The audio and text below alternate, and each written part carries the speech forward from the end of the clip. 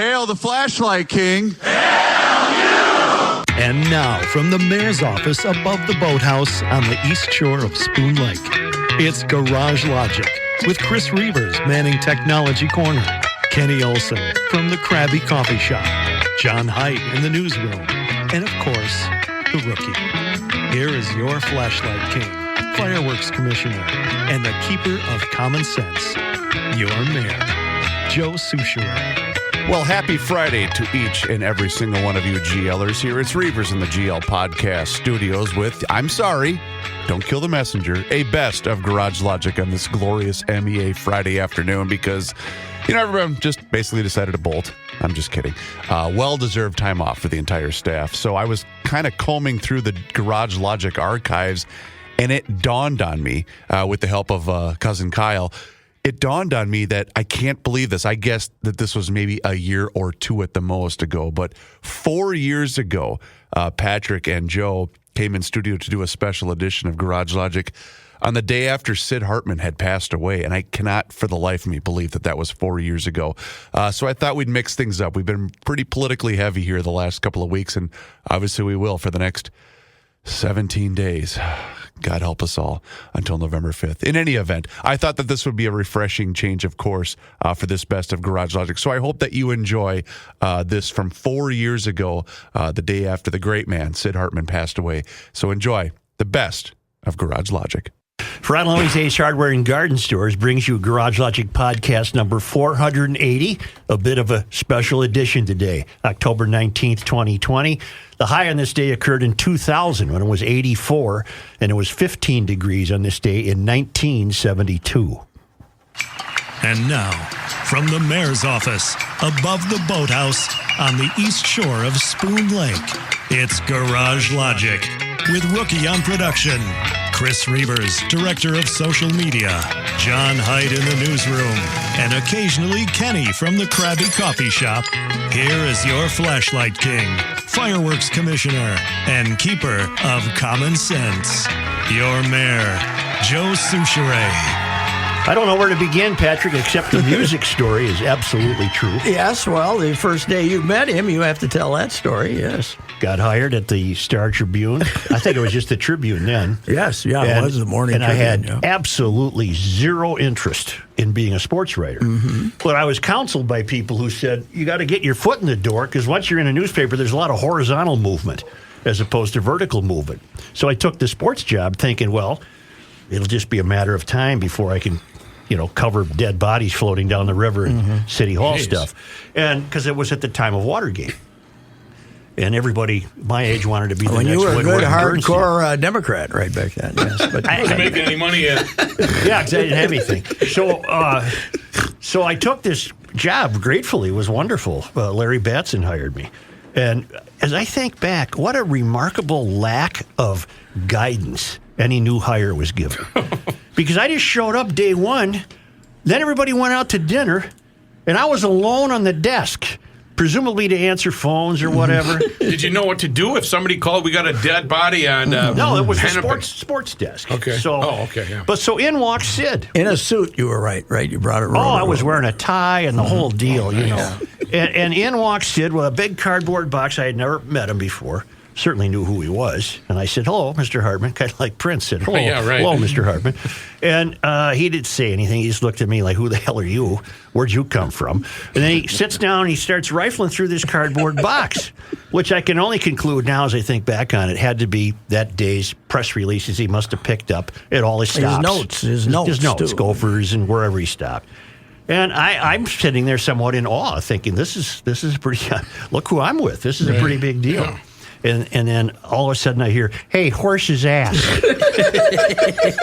There was nobody there except me. You didn't quite know your name yet. And that was your nickname forever. Hey, I said, yes. He said, how do you spell music? Has that got a K or two C's? And all my bubble just burst instantly. I thought, you got to be kidding me.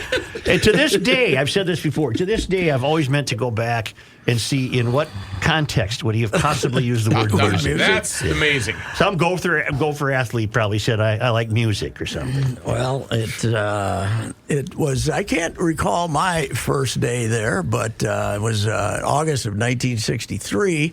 He was the sports editor then, but he didn't really, I mean, he had to approve my hiring, but Ted Peterson, the great Ted Peterson, the outstate high school guy and stuff, was the guy who hired me. But I do remember, as I wrote about today, you were there. Did he still have the half-column cuts on the column, the side of the column? Yeah.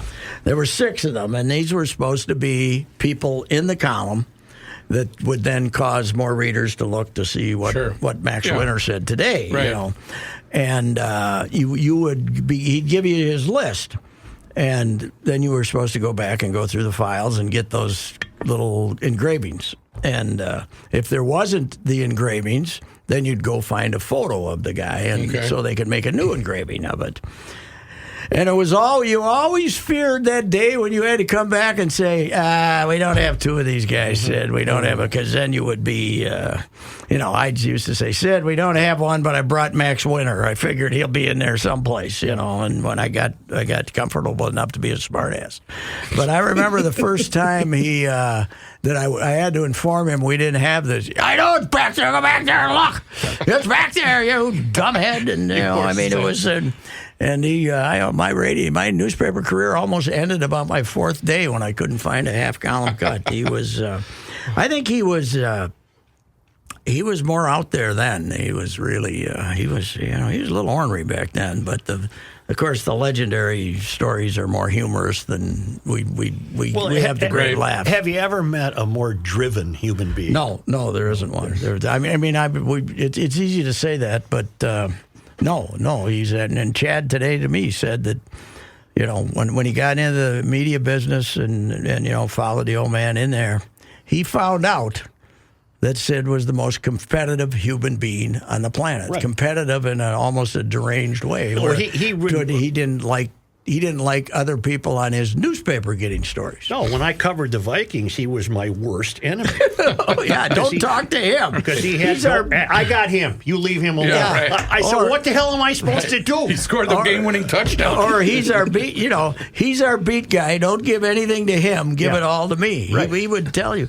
Well, John Rowe tells the great story about John is fresh on the beat of the Twins. First game, Chicago. I'd have to look it up, but they win like 10 or 12 to nothing. And Brant Allier is playing his first game for the Twins as a left fielder. And he sets a club record with 7 RBIs, or 7 or 8 RBIs. And Sid's down there with him in Comiskey Park and says, I got Allier. Stay away from Allier. Stay away from Allier. Stay away from the angle that a guy played his first game who was kind of an obscure character, just set a team record for RBIs. Don't do that. I need that one. Let me go back to the driven part. Yes. Because with this fellow, there's no cliches involved here. You correct me if I'm wrong. I think he was driven to be important. I think he was driven to be loved. Yes, loved is a key word there. All right, he was driven to be loved. I don't know his upbringing as well as you do, but I take it some love might have been absent. No, Mom was the number one person in his life. Dad was a drinker and not an earner. Right. I don't think Dad wasn't an evil beater or anything. He just was a not presence. And if he got a $5 paycheck, he came home with 14 cents, because he drank it up. So, but Sid's drive was a drive to be able to say, I'm a friend of Bud Grant, for example. He relished being important. Steinbrenner. Acceptance. Yeah. Acceptance. And I've talked about this today.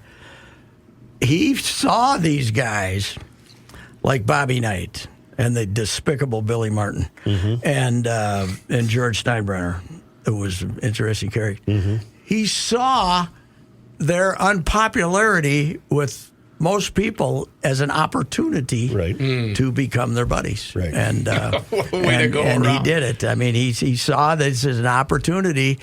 And, Joe, he launched our radio careers. Yes, he did. Because when we came back on Monday Night Sports Talk in '83, 20 minutes of every 2-hour show was devoted to making fun of Sid. You know, and then callers would come in and make fun of Sid. You know, and you know. And then you had our Sid. Our Sid, we had dueling impersonators of Sid. And we created the Sid rules. Yeah, well, yes, we did, which we started at 10, and those weren't enough. It ended up being 15, and I don't know where the list. I wish I still had that sheet somewhere. It's around someplace, yeah, but you know, set up the loss. Set up the loss, provide the ray of hope was one rule. Straddle the fence until you see which way the wind's blowing. Right. Who gets the blame? Who gets the blame? That was another one. We blame the officials. Blame the officials. Blame the blame the officials. Blame the negative geniuses in the media, and never blame the team. I mean, kind of a version of that. He is. I actually talked to Doogie earlier, and it struck me. He's the only guy who ever used the word geniuses as an insult. Right. When he called you genius, he didn't mean it. If you were a genius, you were a complete jerk. Right. You know. Nice go, genius. Thanks. Yeah. No, I don't mean it that way. You're not genius. Well, isn't the creation of Dark Star also a deal? You guys did it, but wasn't it also a swipe at Sid because Dark had some breaking the whole news? thing was Dark calls us one Monday night, right? It was a Monday night. I think he called us. Dark had been drinking at the George Chapel. As George Chapel, he had been drinking at the bar at the Lafayette Club with Mike Lynn's brother, Robert. And Mike Lynn's brother, Robert, told him that Bud was quitting again, the second time in '85. And so Dark calls us on Monday night, this guy, and I think he identified himself as Dark Star because he was his favorite horse, which is some BS story he told. But he said, Bud's quitting again. He's going to resign again when the season's over. So Kenny, rather than write it off as a crackpot, we went, well, there it is, ladies and gentlemen. You heard it here. You're hearing it here first. We got right now. We got a new scoop master in town. It's all over for Sid. We got Dark Star, and lo and behold, it turned out to be correct. And Such wrote a column in the St. Paul paper basically saying there's a new man in town that's breaking news. And it was all intended to agitate Sid. Oh, absolutely. Because here you guys were thinking it's another football general that called in or whatever. Yeah. But he loved that. He loved what he did to the exclusion of knowing how to do absolutely nothing else. Well, I can't fault him for that. Who had the story today about if you were riding with him and there was a pack of Frank Sinatra CDs? Joe Swanson, Tommy Swanson's son, is in the caddy with him, and there's a CD still in the cellophane of Sinatra. And Joe says, who's this, basically? And the greatest singer ever. I love him. And he says, well, let's play it. And Sid said, well, I don't know where to put it. I don't know where to put it. And this caddy counselor, and he says, oh, well, I know where that is. He says, well, I can't get it out of the package. Right. He gave me a ride home one night. And first he had to go to some of the apartments he owned to check on something. Yes. By the way, first class operation, him and Al Rubin, probably because of Al, but first class.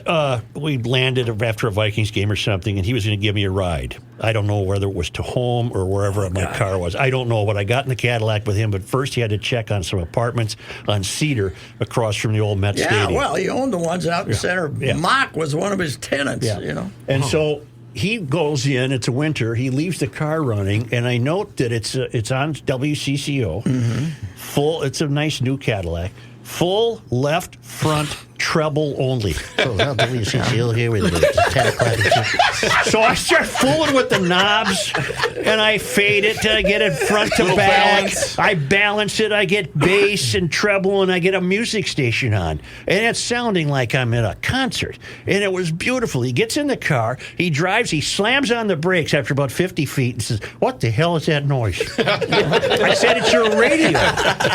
You don't know how to work your radio." He said, "No, I never. I just I can't figure it out." I said, "Well, it's all solved for you now. Don't touch it. Don't touch it." Don't touch it. Mike Max had a really good send off last night at CCO. He was live, or he was from Murray's, and he was talking about Sid was the ultimate competitor. It was a nice tribute, just saying he outworked everybody, and he just He had a column in the paper yesterday. Yeah, that probably was done about Thursday because they were making him get his stuff ahead. He got it right. He always had his guy who helped him handle the copy, but in the last 8-10 years, it's been a kid named Jeff Day who really took good care of him. And it got to the point where Sid would sit next to him and tell him what to put in. But, for years, he was able to move the copy and do the other thing. But at the end, he never left the house during the pandemic. He was basically in there for 5 months. But at the end, they had a screen where he could see telephone conversations because he couldn't hear anything, but his eyes were still good, and he could read what was going on, and he could read. And to ask his next question, now the guy on the other end trying to understand what he said was more of a problem, but Jeff helped him a lot. Sorry, Pat. Did you see Kevin Seifert's tweet about what Chad Hartman said about COVID? Did you guys happen to see that? I did. He did. Sid did not die from COVID, but Chad, I think, had a great point that COVID really reduced his life. Comes from me. Was that you? He gave me the quote. Oh, I'm sorry. Chad gave me the quote last night. Gotcha. That he said COVID, took all his zest for living away. Reavers, why don't you tell us who we have on today? In about 15 minutes, we're going to be talking to Steve Rushin. Pat, help me. Is he still with Sports Illustrated? Yeah, he does. He's more of a freelancer these days. Nights at White Castle, Stingray afternoons. Great. One of the best sports writers in the country. Married to Rebecca Lobo. Yep. Huge fan of both you two and also Mr. Hartman. So I thought it'd be nice to hear from him. Lives in Connecticut, if I'm not mistaken. Yes. My story on Rushin is Rebecca Lobo's here doing a women's basketball game, and I come up to her and I said, "Rebecca, Pat Reusse," I said, "I'm your husband's hero." And she looked at me like I was insane because he told me he used to ride the bike down to the convenience store to buy the Dispatch when I was a Dispatch columnist. So most people would pronounce it dispatch. Right.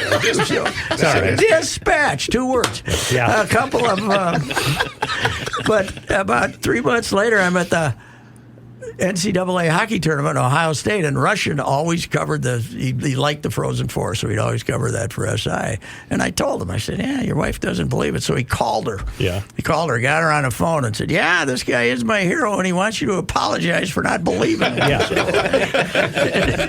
Anyway, but I don't know. We were talking about. I guess there's nothing about us agitating him and Kenny and guys on the radio that I love more than when I went to my one Kentucky Derby.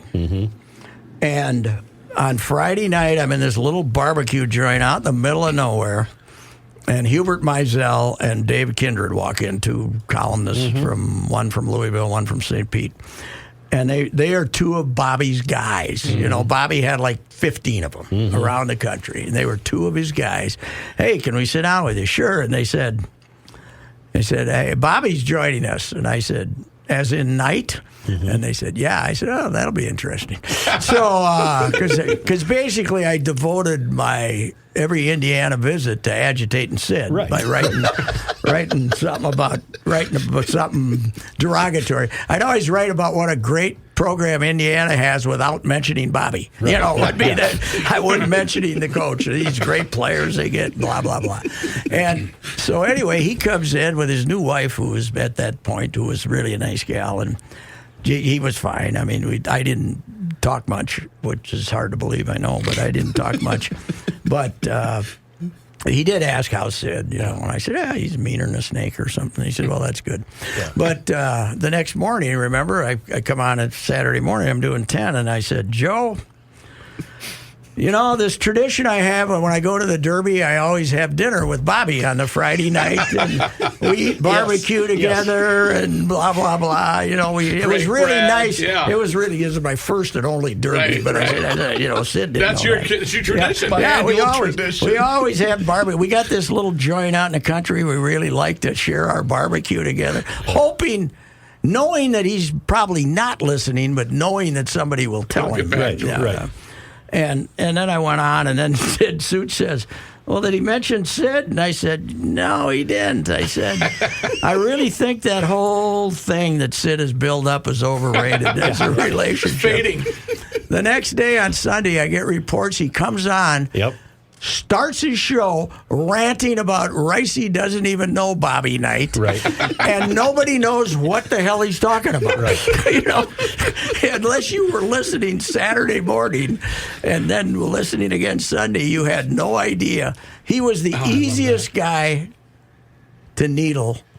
But that was just an arrow out of the quiver and bullseye. Bullseye. But he was the easiest guy to needle of all time because his impulse was always to react and not think. That was evident on his on Sunday morning show when somebody would rip, and then he'd go right after that guy. Yeah, well, when they were halfway through, sometimes they were asking a positive question, but it was unbelievable.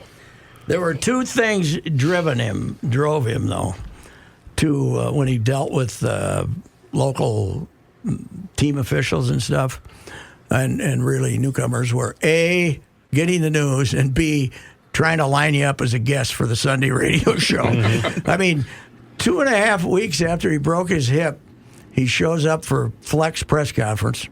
At first time he'd been out. And basically, people think he's there to meet Fleck. He's there to beat on him, to get him to promise to be a guest every week on his Sunday show.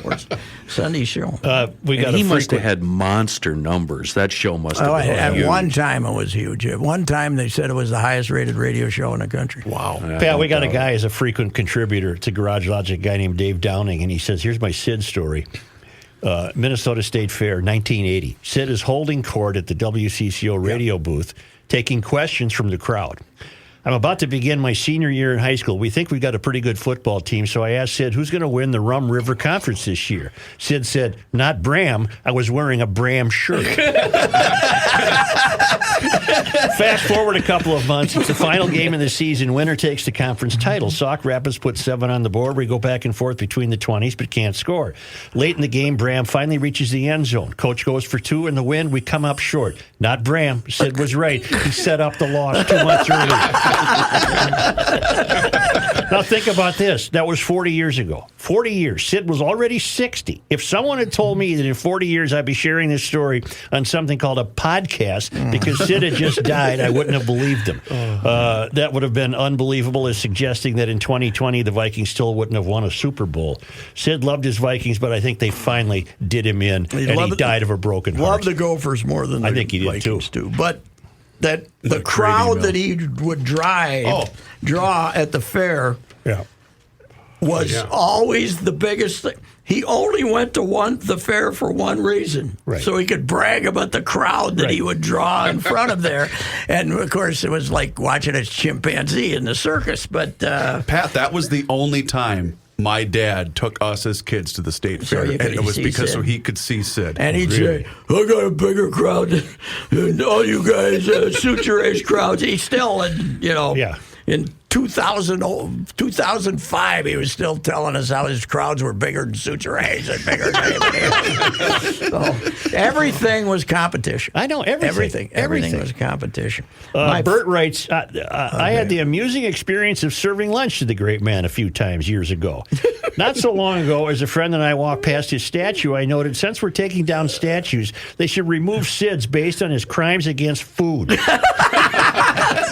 Or waiters and waitresses. I had the story today in my column I wrote, not the long obit, but the column was Byerly's, and he lived over on the creek. It's a creek, Pat. Yeah, over on the creek. It's the creek. It was Lime Creek. It's Bassett Creek. Damn it! All right. But he lived on the creek. I lived over in the slums, but we were near each other, and we both went to the original Byerly's. Right. And at least twice a week, they'd say to me, your buddy was just in here, because that was back when it was still a union shop, and it was the same people worked there. Right. And we knew them all. One day, and I used to make the sign of the cross or give my papal blessing or something when they told me that. And so one day I say to this gal who'd been there forever, I said, well, did he congratulate you on the fine service you gave him? And he said, no, she said. He told me to hurry up, as he always does. You guys think I'm a bad waiter? Oh, Sid was not a good waiter? Sid was not a good waiter.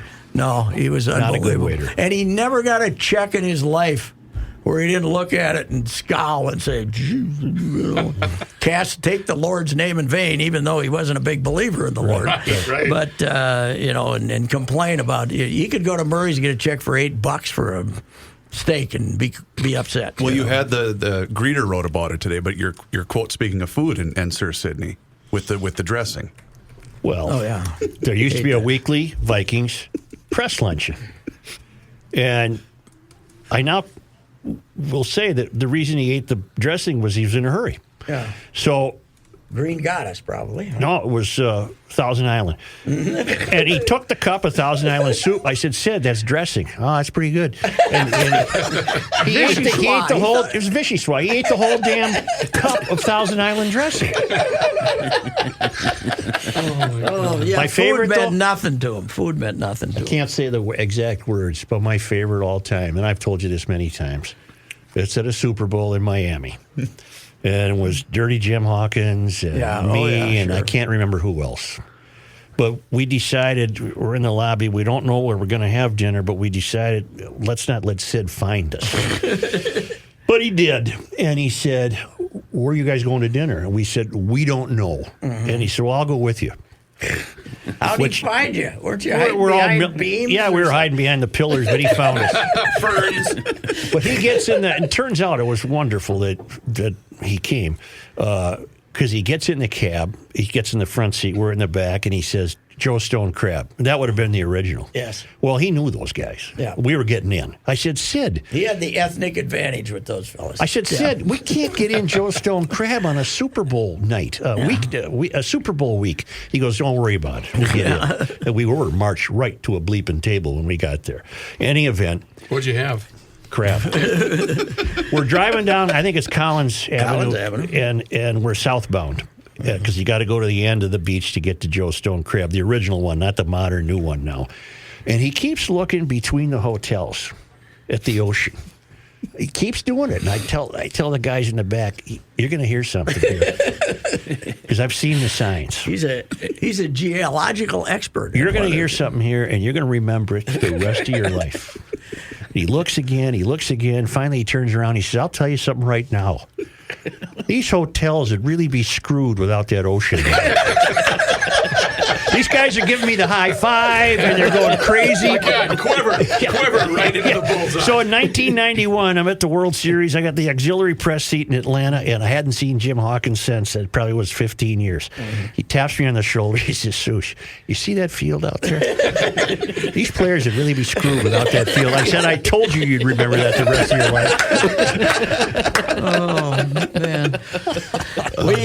Dennis Bracken basically devoted his time at the paper to agitating Sid, coming up with pranks. And the greatest ever, I've told this one many times, but we'd signed a 6-year guild contract, so there wasn't much to do.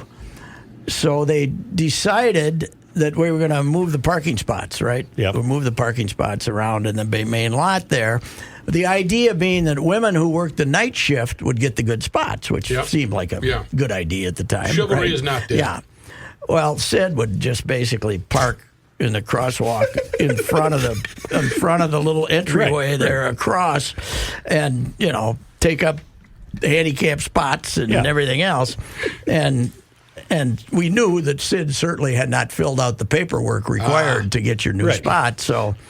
Bracken got on the ATEX machine and sent him a message from Vic, who was the head of the parking services, just some made-up guy, telling him that because he hadn't filled out his paperwork, they no longer had a spot reserved for him. But they did find a spot for him at the printing place down on Plymouth Avenue there, down on the and that and he shouldn't worry because the shuttles ran every half hour. Right. So we had that sitting there. So we're both in. We both made sure we were there when he arrived, and he'd go on the ATEX machine and see what messages he have. And the next thing, he's in there 3 minutes, and he comes bolting out of the office, takes a right, takes another right, heading, hauling ass down to Parkinson, the publisher's office, to get this straightened out. And Bracken's chasing him down the hallways. Sid, stop, Sid. Stop, Sid. Stop, Sid. Sid, it's a joke. Huh? Say, why don't we take a time out and be joined by Steve Rushin? Oh, that'll be great. All right. There's a new way to level up your sports watching experience. Join over 1 million fans across 33 states who got in the game last year by making picks on Underdog. You can win up to 1,000 times your money just by choosing higher or lower on your favorite players' stats like touchdowns, passing, yards, and more.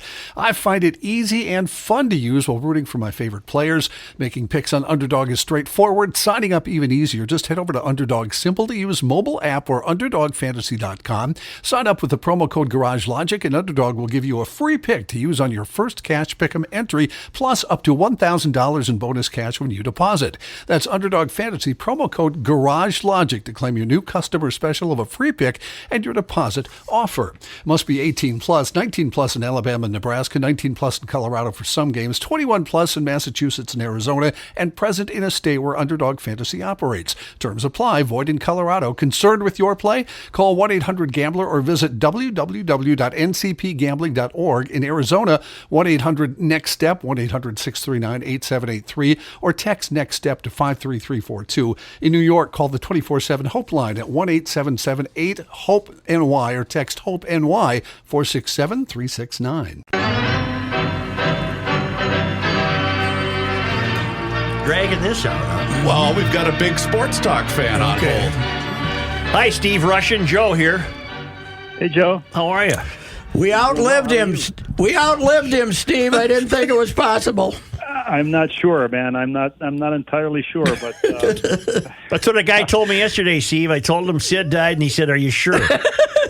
I told my dad. I got a text from a buddy in Minneapolis, and I said, "What?" in all caps, and I texted my dad, and he said, "But his column's in the paper this morning." Yes, right. How is that possible? Yes, right. I haven't studied yet. Found out the genesis of how that column got in, but he probably produced it along with his right hand man Jeff Day on Thursday and had her in there Sunday. It's an incredible thing. Steve, you've traveled the world and certainly the country, and I don't think that. Maybe in Minnesota, because we were so used to them, we realized that there isn't anything like this in America. Never has been. Never has been, never will be. If he lived to 110, there would have been a column on this last day. I have no doubt about that. Mm-hmm. I think of 5 years ago being on Coronado Island in San Diego with Rod Carew, who needed a heart transplant. I was in tears talking to him. He was in tears. And very quickly, what did we have in common? I grew up in Bloomington. We started talking about Sid, and he started talking about, seeing Sid at the Lincoln Dell in the 70s. And Patrick, I think you had breakfast or Carew at the Lincoln Dell. And conversations always came back to, Sid. And I should say, conversations with Sid often came back to Sid as well. Yes. He brought me to breakfast at the Decathlon Club in my hometown of Bloomington in like 1991, I think it was. And it was great. It was like entree into his world of, the Minneapolis Athletic Club and Lincoln Dell and all these places, and that my parents had matchbooks too. But he he very soon would ask me, when are you gonna write about me? When are you gonna write about me for Sports Illustrated? And like 15 years later, or 10 or 15 years later, I did. And he would frequently then say to me when I talk to him or run into him, remember that column you wrote about me? I said, how could I forget? Steve, what set up that meeting? What led up to that? Well, I was writing about. I think I was writing about when the Twins won the World Series, and then they were going to host. What were they hosting? The Final Four. Yeah, we had the 1 year there where we had five things. Or the U.S. Open, the Stanley Cup. Yeah, so I was writing about that. And Patrick, I sat down with you with a tape recorder rolling in the lobby of the Star Tribune building, and we very quickly started talking about Sid. And I remember then 30 years ago, you talking about on his passing, you'll write an ode to him. Though sometimes there was friction there or whatever, and the notion that was 28 years ago, and he was 72. Incredible. Well, didn't you say you had written your column 12 years ago on him? I think the long obit that I wrote was it's at least 10. I'm not sure what it was. All I know is that I updated it twice in 3 years intervals, and then the third time that my sports editor Glenn Crevier told me I'd update it, I told him to do something that was physically impossible. I was done with updating this because I just wanted not to be like my buddy Augie, Mike Augustine, who ended up with a byline on Calvin Griffith 6 months after Augie died when Calvin died. So it's incredible. It's incredible the variety of feelings you have about the guy. I mean, you having not dealt with him on a daily basis, but it's. You were even when you were his friend, you were the enemy when it came to news. Sure. It's amazing. Well, I just know, at Sports Illustrated, if I were in a scrum at a locker at, say, a Twins postseason game, that, they wanted me to wait out the crowd so that whatever people were writing for the next day, I needed something that would, stand up the following week and that wasn't already in the papers. But you couldn't outweight Sid. He had the shoulder harnessed, howitzer microphone tape recorder thing, and he'd be looking at that tape rolling and kind of looking off at the people around him in the scrum with a microphone pointed at the guy, and eventually you just kind of have to cry uncle and move on to the next item on the buffet. Yeah, he spent a lot of time with his tape recorder out looking around the room to see who other people were talking to. I've seen him drop an interview to go to somebody that he thought was more important. Eventually he became one of those guys. I say one of those guys. How many were there? Jim Murray, the only other guy I can think of. I was at a Clippers-Pacers game in L.A. years ago, and Reggie Miller was playing for the Pacers, and he was talking to reporters, myself included, at his locker, and then all of a sudden he demanded that the waters part, and there was Jim Murray, whose eyesight was failing at that point, being ushered into, Mr. Murray, how are you? And that's the way the only other guy I can think of who, the athlete deferred to the reporter and not vice versa. I can't think of anyone because I was going to say Red Smith, but no, Red was never there to curry the adulation of an athlete. Red was there to write a story, to write literature. Yeah. Well, but Sid was, he was just. He was also there to get something on tape, man. So he could. I have always loved that when you talk about Red was there to write literature. Sid was there to have Pat write his story, which I just love the sports writer who had the writer write his memoir. And proudly, by the way, although I did have the advantage of calling him one day that he had edited out of. I'd write a couple of chapters and give them to him, and he'd edited out his birth date. And I said, Sid, we're going to charge people $25 for this. We should tell them when you were born. He said, well, you don't have to tell them I was born. Just say I was born. You don't have to tell them that. And I said, well, in your case, that's information because a lot of us think you were hatched. Yeah. So anyway. There was no beginning and no end. It was, I remember talking to him, and you know all this, guys know all this, but being present at the creation of the betting line or picking up George Mikan at the airport when this year the Lakers win another title with LeBron James.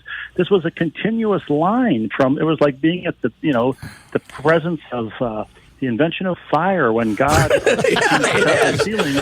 the spark to Adam. Yeah. That was like, I had somebody tweet me last night that, my dad said he'd been reading Sid's column since 1942. 1942. Yeah. And it not only did it seem like it would go on forever, it seemed like it never had a beginning. It was just always there. Was it 1942? 44, but... Well, do you know how he got the column, Steve? You know how he got it? Remind me. Dick Cullum couldn't get to work because of a snowstorm. Dick Cullum lived in Hopkins. Couldn't get into the paper. He called. Sid was Cullum's guy. Sid was Cullum's hire. Yeah. And Dick said, "Sid, I can't get in." Sid said, "Don't worry about it. I got everything taken care of." And the next morning there was his columns in the paper. Notes in there, but don't worry about it for the next 80 years. Right. His first task, though, Steve, for Dick Cullum, the great Dick Cullum, was a hell of a guy, and was as a copy editor. Can you imagine that? No. With that 10th grade dropout from North High School, reading the copy that he couldn't spell else. Music, for God's sake. Right. But I think it's so many of those Sid-isms that come to mind. The accosting Spud Webb at the airport and calling him Spider Webb, like welcome to Twin Cities, and I had a column I wrote about him, saying they're building stadiums for every team in every city in America with the exception of us in Montreal, and it's like, okay, that's not exactly in America, but part of the charm, obviously, was what made him him. Oh, he's damn near Yogi Berra-like sometimes. Oh, totally. God, yes. Yeah, Jim Finks died because he smoked like a fish. Yeah, he smoked like a fish. And that one. Oh God, he was. I do know. I did hear that he had at a lunch had eaten the soup and was halfway through the salad when he asked the waitress where the salad dressing was, and she said, "You would just ate it." I was there. I saw him do it. Oh my God! It's a true story. It was a Thousand Island dressing. He wolfed it down. Well, between his having me for breakfast at the Decathlon and the several Murray's gift cards I got over the years from him, including last year that I would send to my brother in Minneapolis because there's not a Murray's outlet in Connecticut, and Carew talking about lunch at Lincoln Dell. It occurred to me, like, was there ever a non-working meal for Sid? Was there ever a non-working moment? And I'd hear him on the radio at 6 a.m. and see him on TV at 10:30 p.m. or whatever. It just seemed to me, from a largely outside perspective, that there were few waking moments that were not working moments. Well, I wrote today that to tell Sid to rest in peace is an insult. There was none. There was none in his life. He was always worried about what that conversation over there might be about. Steve is the author of Stingray Afternoons, Nights at White Castle. What are you working on right now? Anything we need to know about? Well, I'd like to get another book going, but I don't have anything coherent yet enough to even talk about. The pandemic has. People say it must be a great time to write, and I think if you have 4 kids who are still school age, who were home all spring, it was not a great time to write. But so I'm trying to get something going, but another sort of book in that vein. Mm-hmm. Steve, it's Rookie here. I want to say hello to you. I kind of kept my mouth shut while you guys were rolling. But he's not going to write about you, which is very rare for you. Can you write anything about me? No. I haven't seen you since you were a speaker at the Nativity Men's Sports Shirt Stag, which, of course, Joe and Pat are seasoned veterans of that event as well. But you told one of the best stories, my favorite stories of all time. Will you tell the Alan Page story, please? Well, I mean, it's when I was 8 years old, one of my classmates at the other Nativity, as you guys call it, in Bloomington, his dad ran the airport Holiday Inn on 494, where the Vikings stayed before home games. And he invited me to a sleepover at that hotel on a Saturday night when the Vikings would be there before a home game. And I was a huge Alan Page. Alan Page was my favorite athlete as a kid. My mom sort of homemade me an 88 Vikings jersey. because you could only get Tarkenton or Foreman jerseys in the store back then. And I wore my Alan Page jersey. I practiced a speech in the mirror about, please, Mr. Page, can I have your autograph? And when I got there, my friend's dad said, if you stand in the lobby here, the Vikings will sign as they come through. And he said, totally oblivious to my jersey, he said, except for Page, he doesn't sign autographs, don't ask him. And so the Vikings came in. I was crushed. I got Nick Tingelhoff's autograph. I got a picture of that. I got, all these autographs. And then Alan Page walks in like the pterodactyl wing collars, the suede jacket, big afro. I was just suddenly paralyzed with fear, and I couldn't even croak out my speech to him. He walked right past me, picked up his room key, and went to the stairwell to go up. And as he got to the stairwell, he kind of turned back. Something caught his eye. He looked at me, saw my 88 jersey, came back, grabbed the paper out of my hand, signed the autographs, handed it back to me. I stood there in a puddle of admiration and urine, and he disappeared. And then 30 years later, whatever, when he's a Supreme Court justice in St. Paul, I sent from SI to do a story for the sort of catching up with issue. And I tell him this story, and before I said, was there a time when you didn't sign autographs? He said, yeah, for many years I didn't believe in it. And I told him the story, and I could see him getting a little nervous. And when I got to the part where he signed my autograph, he was hugely relieved. And we've become friendly ever since. And to this day, that's probably my most, of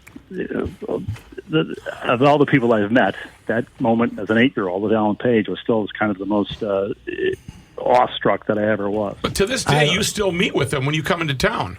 Yeah. I mean, I told him about that moth-eaten jersey that I wore forever as a kid until, like Jerry Seinfeld says about men in underwear, you wear it so you can blow away like dandelion spores.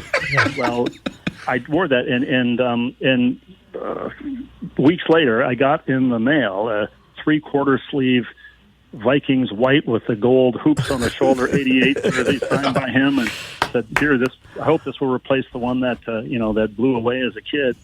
And so, yeah, we've gotten together when I've been in the Twin Cities. I've literally ran into him in the center of Nisswa, middle of the summer a few years ago, up at my sister's cabin, and he was up wherever he makes his maple syrup. So yeah, it's been a thrill and privilege to have gotten to know him a little bit. That I love the guy, but that left finger on his hand is freaky, man. The one that points sideways makes me nervous, man. It's unbelievable. I was with my then young son when we ran into a Nisswa, and he was kind of looking away, but looking at his finger and then looking away. I didn't try to see where that finger was pointing because it goes at a right angle. Unbelievable. Steve, thanks a lot, sir. That was great. Guys, thank you so much. Okay. All right, take care. The great Steve Rushin. One of the best writers ever. Mm-hmm. Yep, really good. He got hired by Sports, grew up in Bloomington. Yep. Got hired by Sports Illustrated right out of market. Yep. No, didn't stop and go. I thought he had worked here. Never worked for a paper, did he? No. Sports Illustrated. He had gotten an internship at Sports Illustrated while he was at Marquette. Mm-hmm. They liked him so well, they hired him straight out of college. Wow. Doesn't happen often at SI. Is he still with them? Yeah, I think he still does some stuff for them. But, I mean, they've changed ownership now. They're coming out of someplace down in North Carolina. Ricey. I don't mean what? I got hired at AM 1500 right out of Brown Institute. Yes. So did I, Kenny. These two knuckleheads were so impressed with me, they hired me right on the spot and said, "You just rookie, you do the weather here." It is amazing the way we went through producers, and now this guy's been around for 30 years. I won't go away. Yeah, Rushin, rookie, Olsen. He outlasted the station as a producer. Yeah.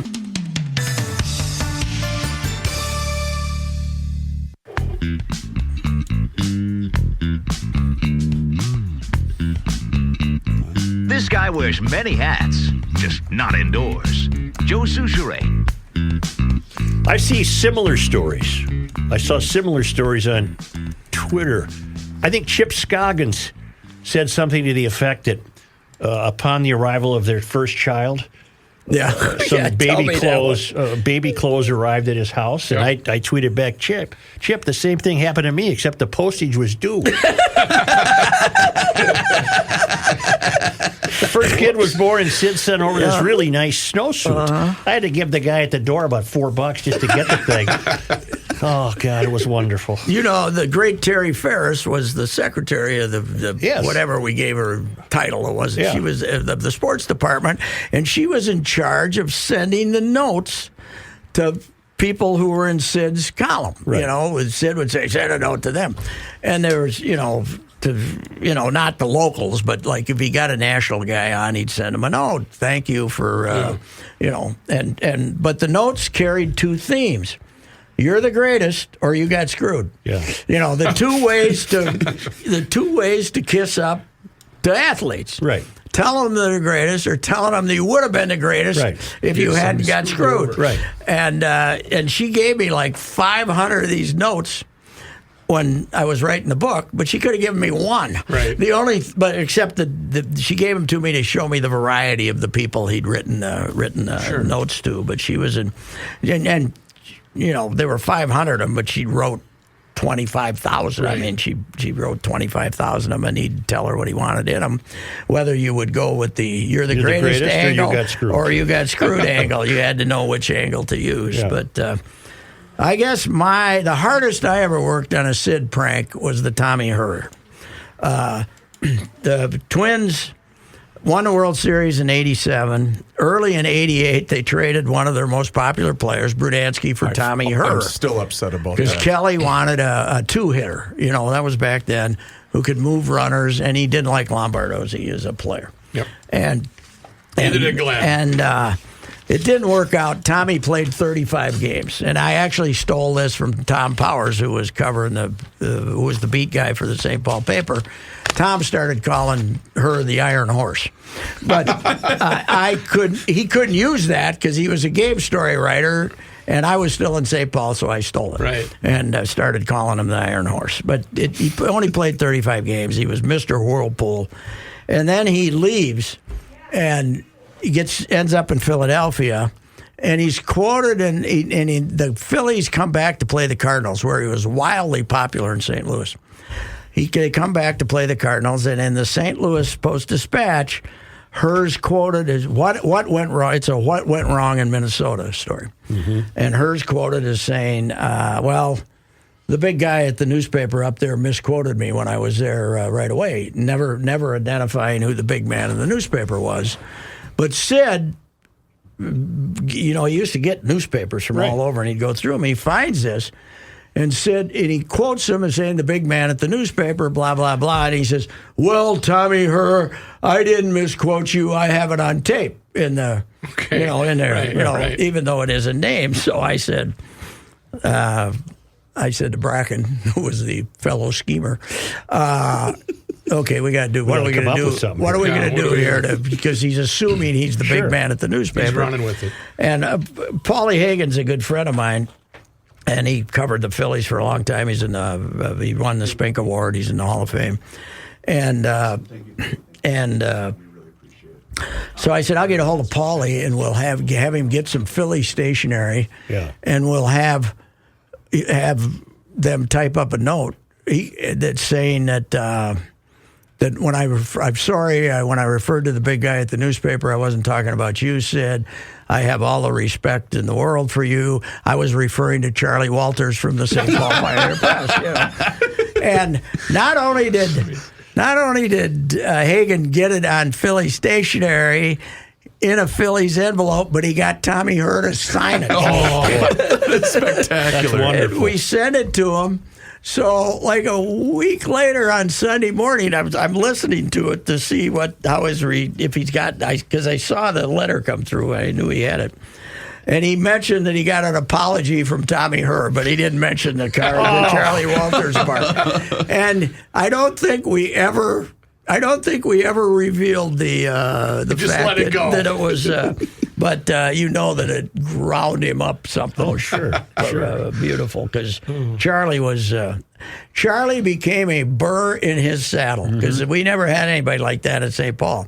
Don Riley wasn't breaking stories unless he imagined them. Right. Interviews with Thomas Hearns, in depth. Who wasn't talking to anyone. But that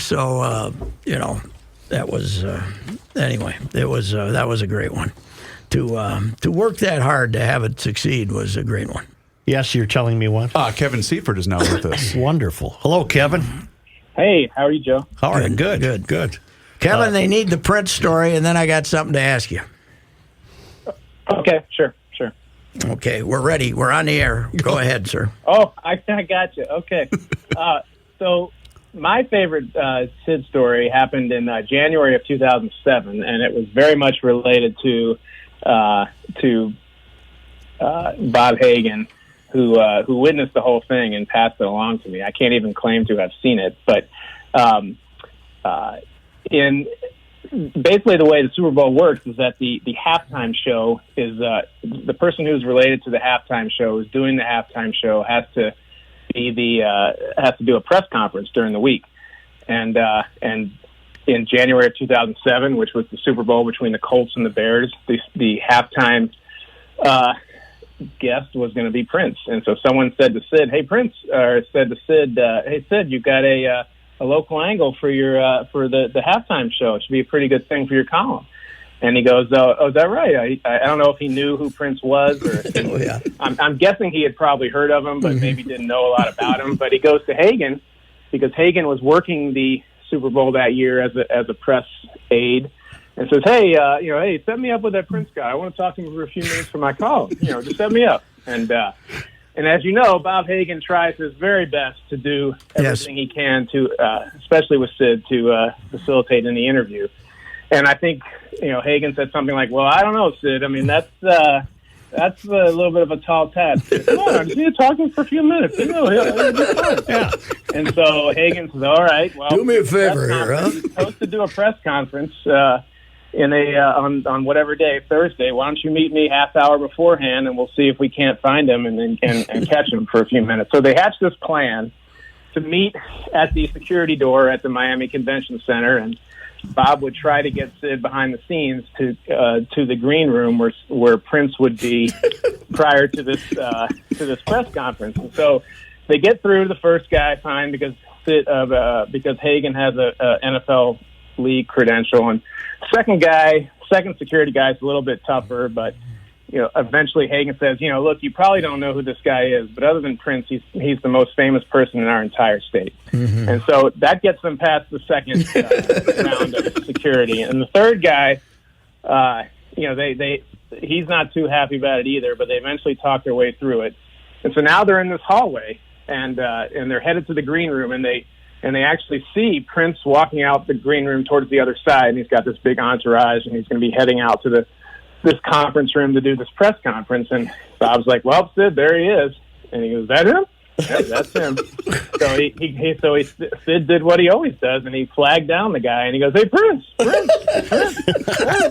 hey, come here, let me talk to you for a few minutes." And so I guess as Hagan tells the story, it's this, everybody freezes. Right. The security people, the PR people, the entourage from nobody knows what's about to happen. And so I guess even Prince just stopped and kind of slowly turned around to see who this was. And Prince looked at Sid, and Sid looked at Prince, and finally Prince goes, "Well, hello, Mr. Hartman. How are you?" Right. I love that. Yeah. Little basketball player from North. You knew him. Yeah, he's a sports guy, right? I mean, I guess people should remember that Prince had been to a lot of Timberwolves games. I think so I'm sure that he had at least seen Sid across the way, and so they walked over, and as Hagan recalled, they had this 3 or 4 minute conversations about Minnesota sports, and then Prince went out to do his press conference, and Sid kind of strutted around, and I don't even know if he had his tape recorder or not, but afterwards I said, I think Hagan told me about it, and I said to Sid, that's the most unbelievable thing that's happened here. And he goes, "Oh, he's a nice guy, he's fine." I was like, "No, wow.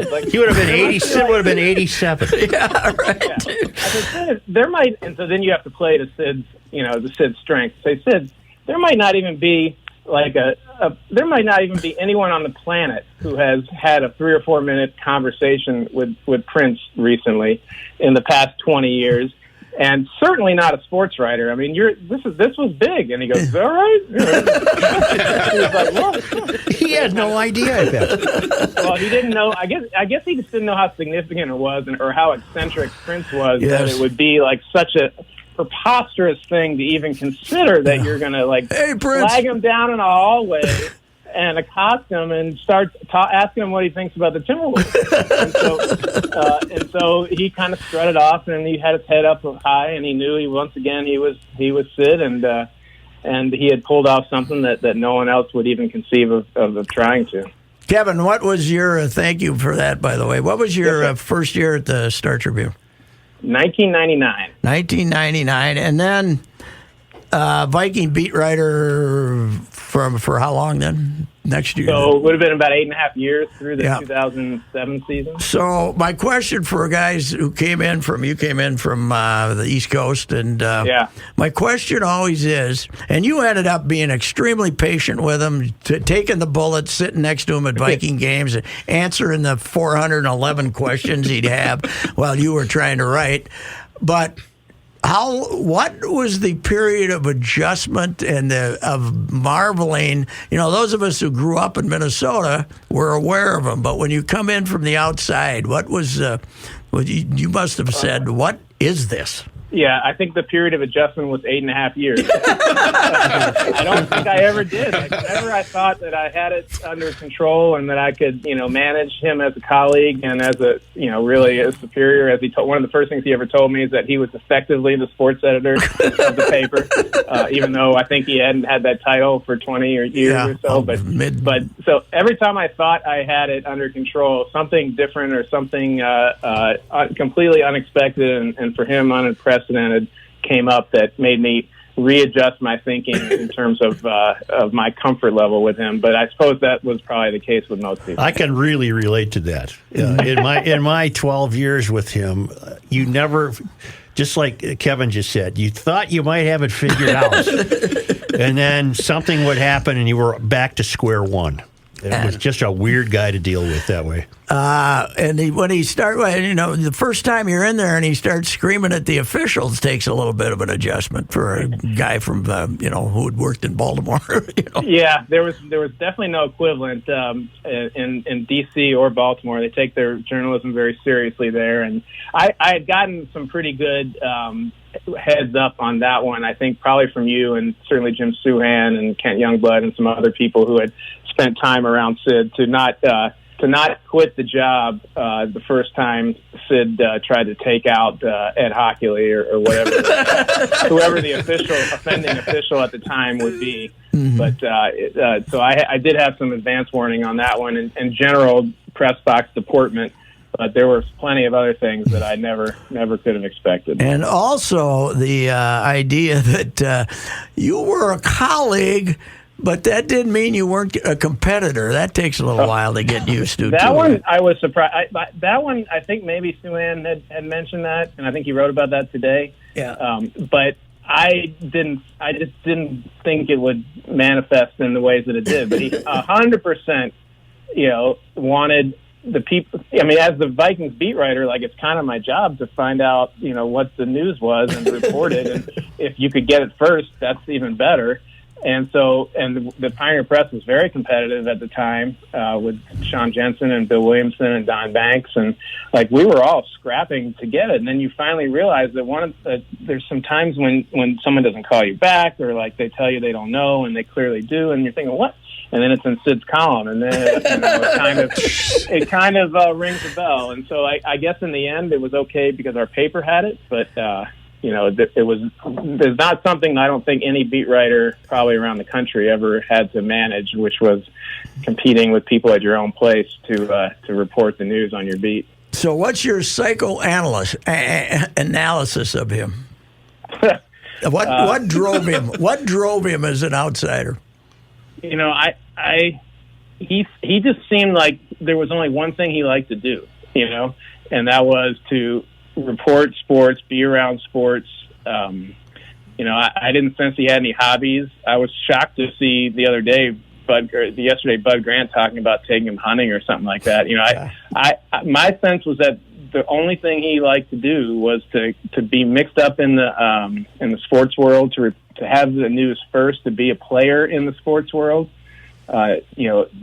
influencing decisions, leaving legacies like stadiums and all that, and he was driven by that, I think, because he didn't know what else to do with himself, and it was kind of a poignant quote from Chad, and I think it was in your news story today, Patrick, about COVID didn't kill him, but the environment around COVID certainly, took the zest, energy. Took the zest out of his life. Kevin, you said you think he didn't have any hobbies. I can attest to that. My wife and he called us one night, summer night, and said, let's go out to dinner. And at the time, he had a beautiful home on the river, on the St. Croix. Yes, I was there once. Yeah, and we got there, and we couldn't find him.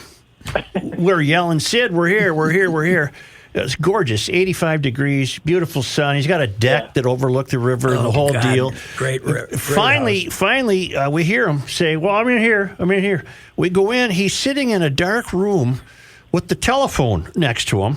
He's wearing a suit, and he was waiting for a call from Bobby Knight. I thought you were going to say he was in that room that had like 9 televisions and like the old way, like the way people used to mount televisions on the wall. He looked like John Chancellor in there, looking at national news.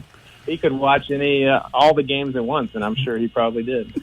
Oh, yeah, he was. Such, didn't you tell the story about another time you found him out on the deck and he pulled out a lounging chair or something? Somebody told me that story. He had this big deck overlooking the St. Croix, and he didn't have anything to sit on, so he pulled out a chair. I think on this occasion we pulled some chairs out. And he had a suit and tie on, and he'd sit there. Okay, they tell me to relax. I'm going to look at the river for 8 minutes, and then I'm done. Damn it. Yeah. And I better see a goose or something else. I'm gone. I was really grateful, too, that on that occasion, his teeth didn't fly out when he was eating, because that's happened before when we were dining.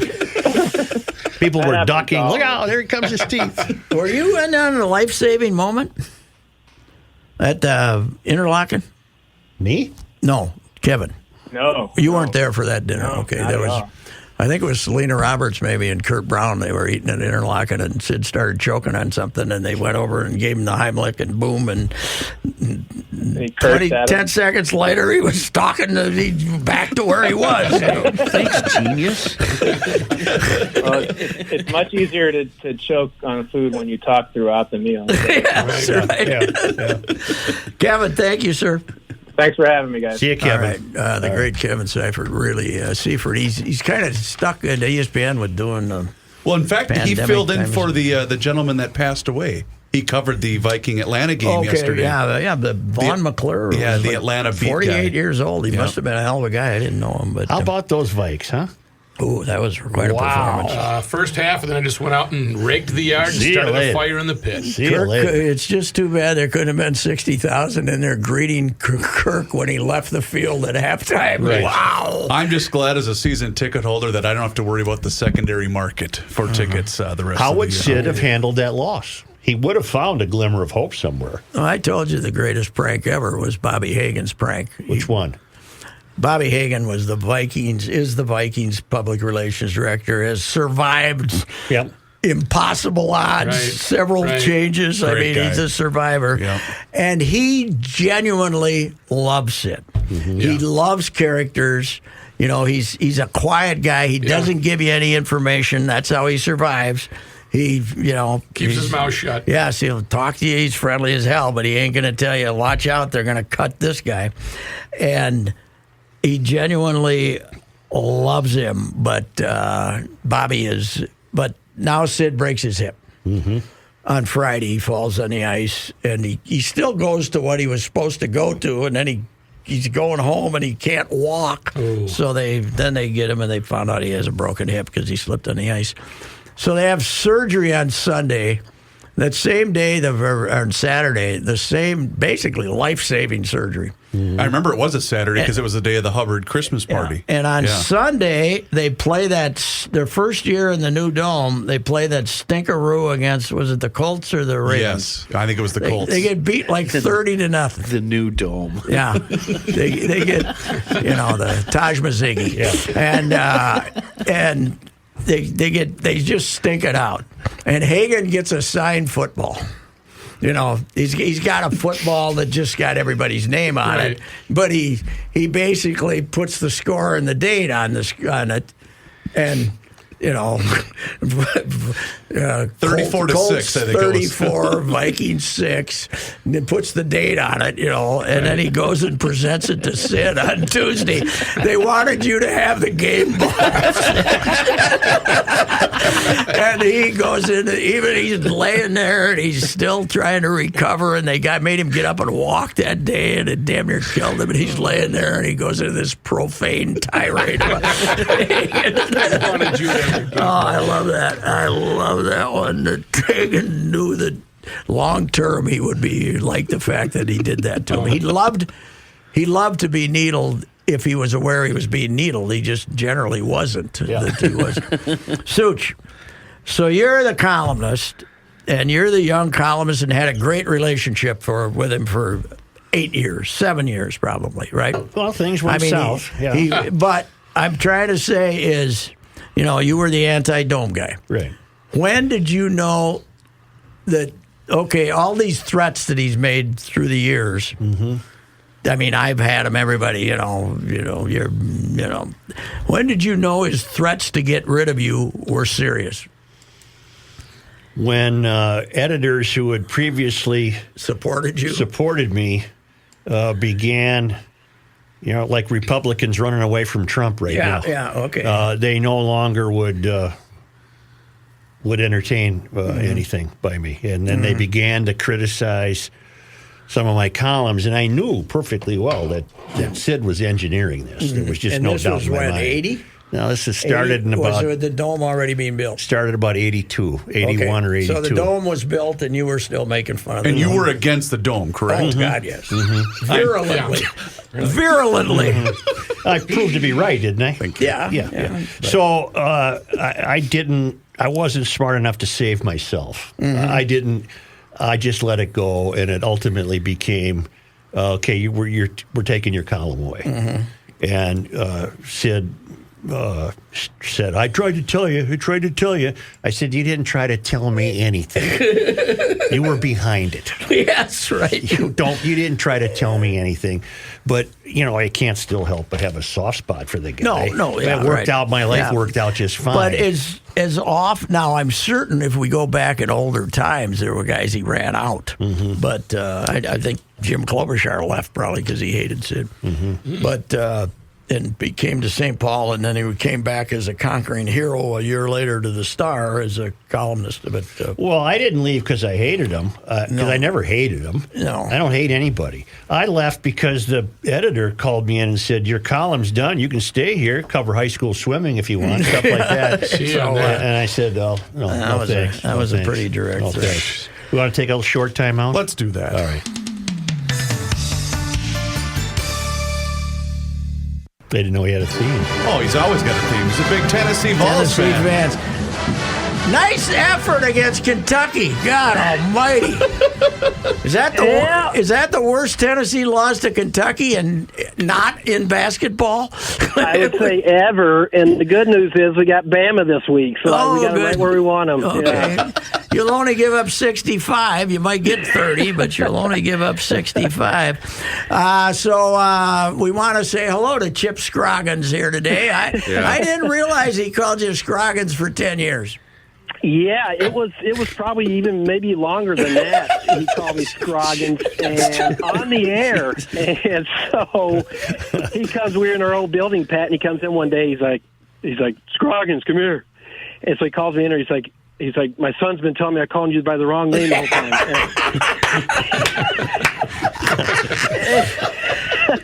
I was like, it's all right, Sid, whatever you want to call me. And, that's where the emphasis, after I said him straight, he said, no, it's Scoggins, that's fine. He's like, he told me I need to put an R in my name. So I was kidding, but I can't be for sure. Sid, you never know. He probably did want me to put an R in there. Well, there was a basketball player in town in the Twin Cities who was really good named Steve Scoggins, so he must have gotten that in his mind. And, it isn't as bad as Orville Burville, though. That was his. Burville. Yeah, he was Daryl Bevel. He had Orville Burville in print. Orville Burville. That was the worst. He got, I don't know who Burville was, but he must have remembered Orville Freeman or something like that. He'd been governor 40 years earlier or something. And in the press box, we never referred to Darrell Bevel as Darrell Bevel again after that. He was always Orville Burville. What a stupid play call by that Orville. Come on, Orville. Shape up. Oh, God. So I asked, we had Seifert on, I asked him the same thing. When you come in from the outside and don't know what you're getting into, what's the period of adjustment to find out that you're going to be sitting next to a guy screaming at the officials and asking you 100 questions and stuff like that? Yeah, Pat, it's interesting. I came here in 2000, January. I didn't know Sid, never heard of him, to be honest with you. I was a young guy, and they told me, he's 80. We don't know how much longer he's going to work. But he said, and, you'll have to get to know him. And it took about a week. I mean, you go to one game with him, and you're like, holy cow, this is the no cheering in the press box and the screaming at the officials and just, as people said, just the force of nature that he was. It doesn't take long before you realize this guy is completely different than anything you've ever seen. Yeah, no cheering in the press box, but MFing the officials is allowed, right? Well, I always say, and I had the opportunity to be at every other team. There's nothing like Sid at a Gopher football game in a close game. I mean, he agonizes with every play, and it is loud. He can't hear, so he's screaming up there, and if a kicker misses a kick, he's swearing. It's just unbelievable. He literally every play was just agonizing for Sid for football. So I still think, and you probably agree, Pat, that was his one sport where his heart lied the most. He loved the Vikings because of Burnsy and Bud, but as far as all lifetime loyalty, it's Gopher football. And if you're a columnist that is critical of Gopher football, sometimes I didn't know which team Sid played for. So I can't tell you how many times he would scream at me for something I wrote about Gopher football. He just did not like those guys being criticized. And so there were many a days I walked into a Tuesday press conference and had to deal with Sid yelling at me for something I wrote about Gopher football. Well, think how prominent the Gopher football team was at the height of Sid's youth, basically, the 1950s. He started in 44, and he was in 46 after the war, as he pointed out. People had some money, the economy was going, and we all wanted relaxation. We had just gone through the Depression, followed by World War II, and everybody was in a happy mood, and the Gopher football was the big attraction. Big deal. In 1949, Bud was on that team. That's not way before my time, but slightly before my time. They were going to go to the Rose Bowl, and that was gigantic beyond belief. Yep. So that's what he grew up with. Yeah, and it's a shame. I know a lot of long-suffering Gopher fans are pining for the days they go back to the Rose Bowl. For Sid's sake, I wish they could have gone, and he would have seen that one more time in his life to be able to experience the Gophers going back to the Rose Bowl, knowing all the things that he lived through with that program. Yeah, it was. He worked hard. Well, if all those no good Minnesota youth had come to the U instead of gone to lousy schools like Notre Dame, maybe they would have gone to the U. That's right. Was Roy Tutt still? Roy Tutt was still there at the Metrodome, right up there, stuck up in that corner. Yeah. He was. Roy was the head of recreation at the University of Minnesota, and he was also the referee.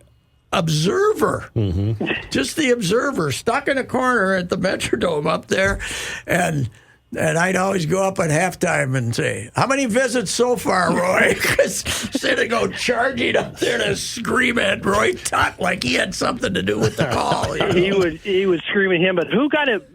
Probably no official got it more than Eddie Hightower, right? Oh yeah, Eddie. That's my favorite Sid agitation ever was Eddie's. I did a column on Eddie, and then a couple of years later, Sid isn't at the Gopher game, and we're standing down there in that hole, and sitting down there in that hole, and Sid wasn't there, and Eddie's standing above me on the floor at Williams Arena, and we're getting ready for he's got the ball, and in a minute he's going to throw it up, and I screamed my lungs out. And I said, Eddie, because there's noise going on. He turns around and looks at me, and I said, Sid couldn't be here today. He wanted me to tell you you're a no good bleeping bleeper. And Eddie laughed like hell.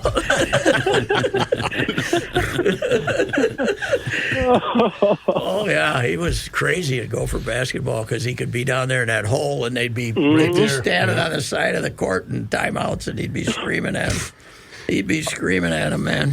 He would get into it the Timberwolves when he was right there too. I mean, if there's Timberwolves, he was close enough to.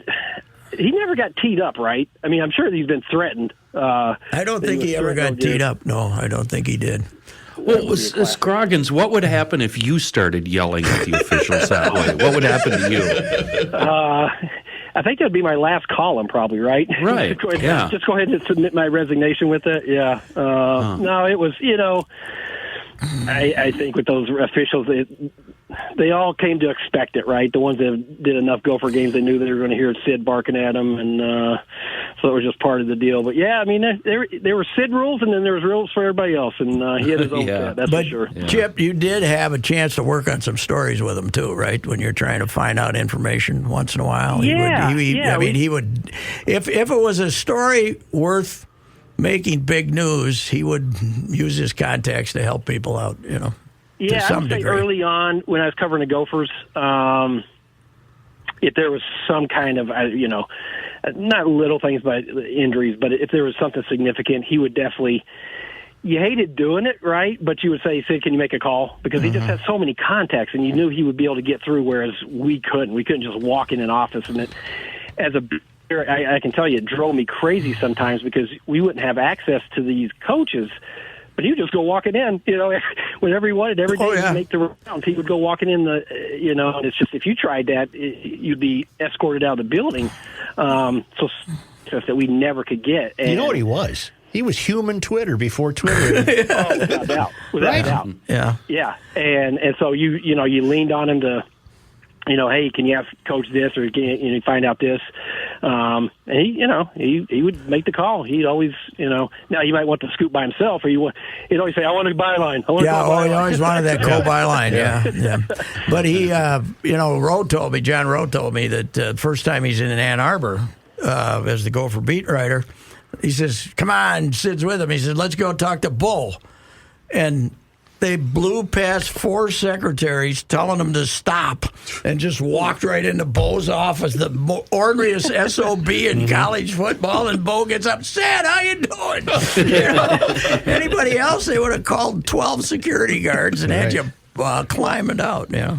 Well, I remember when Nebraska was coming into the conference pad, I did a story on the infamous loss to Nebraska, and I got Tom Osborne on the phone. About that game, whatever the final score was, 1,000,000 or whatever it was that day. 84-13, baby. 84-13, and Tom Osborne said, and I still remember how bad Sid Hartman was. So that's what, I guess Sid must have ripped him for running up the score or something. I don't know, but Tom Osborne still remembered that Sid was mad about that game. The great thing about that game beyond 84-13 is we had the ball for 39 minutes. That's how long it took Nebraska to score 84 points. Wow. 20 minutes. Kicked their ass, time of possession, baby. That feat will never be duplicated. No. I can go on record and say that'll never happen again. All right. Hey, Chip, thanks for your time, sir. All right, guys. All right, good luck. To you. Thanks. I'm having a sad thought. What? What are we going to do for material? Yeah. What do you got? No, this is the end of... the newspapers were already dying. Mm-hmm. But this is it. This is the end of the last guy who made newspapers important. Mm-hmm. And today when I wrote the obit column, not the big long thing, I called and said, okay, I'm not going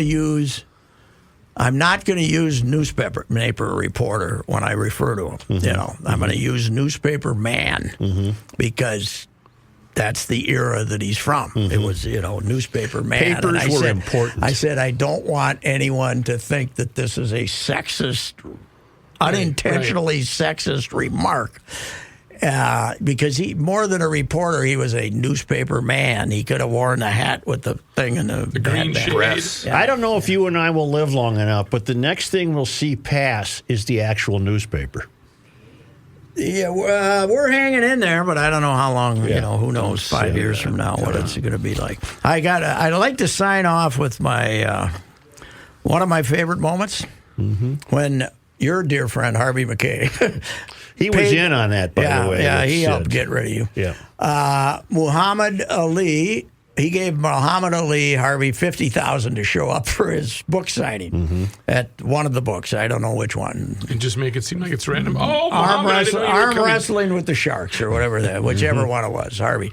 But Harvey gets Muhammad, and then that afternoon before the book signing, Harvey invites some of us to come up and meet him and say hello to him.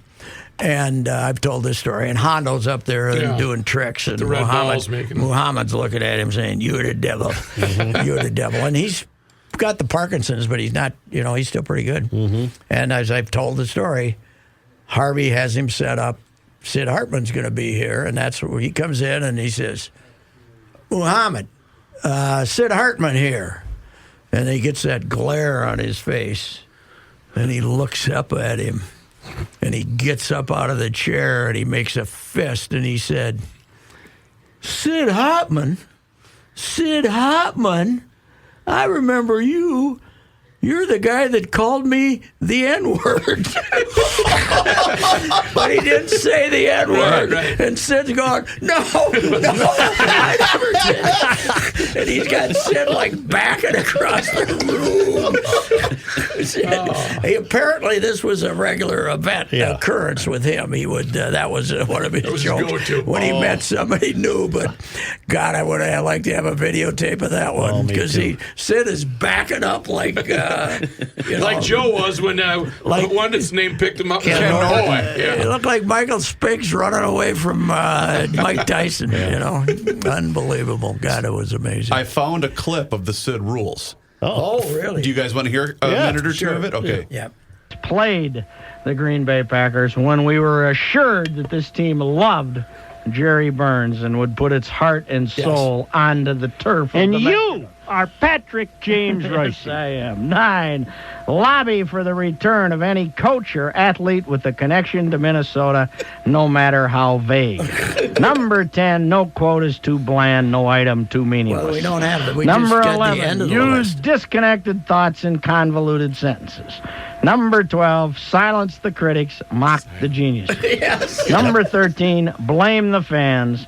Number 14, throw down the gauntlet. And number 15, and last but certainly not least, follow the law of diminishing goals. Mr. Donald Betzold, Fridley, Minnesota, step forward for your sheepskin, please. He gets 2 tickets to a North Star game. Tom Welty. All right. We don't have the first 8. I'll see if I can find We it. don't have the first 8. That is good. The law of diminishing goals is one of his. That should be way higher on the list because that was about number 3. Right. If they can win this year, we're going to the Rose Bowl, and with a week going to the season, if we can win this one, we can go to the Independence Bowl. Right.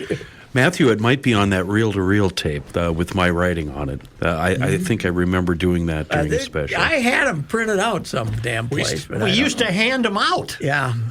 I think I found it. Okay. All right. Let's All right. I've come up with what I consider to be the 15 basic 3-star rules. These I had to throw out the sports management course. We'll just have to have that covered under another rule. Monday night, prize distribution announced. Should I read the 15 3-star rules? And we're going to announce the prize distribution. These are not necessarily in order. We will later put them in order of importance. Okay, this is it. For Charles Hallman out there who started all this, not your Charlie Hallman, the other Charlie Hallman, who said he wanted an update version of the rules. Here they are. Number 1, set up the loss. Yep. Number 2, straddle the fence. Set up the loss includes Ray of Hope. Set up the loss, Ray of Hope. Yes, okay. Let's start all over again. Number 1, set up the loss, provide a ray of hope. Number 2, straddle the fence. And the addendum to that is until you figure out which side's going to win. Number 3, blame the officials. Number 4, revise history. Number 5, you are not part of the media. Number 6, more tickets could have been sold than the capacity of the stadium.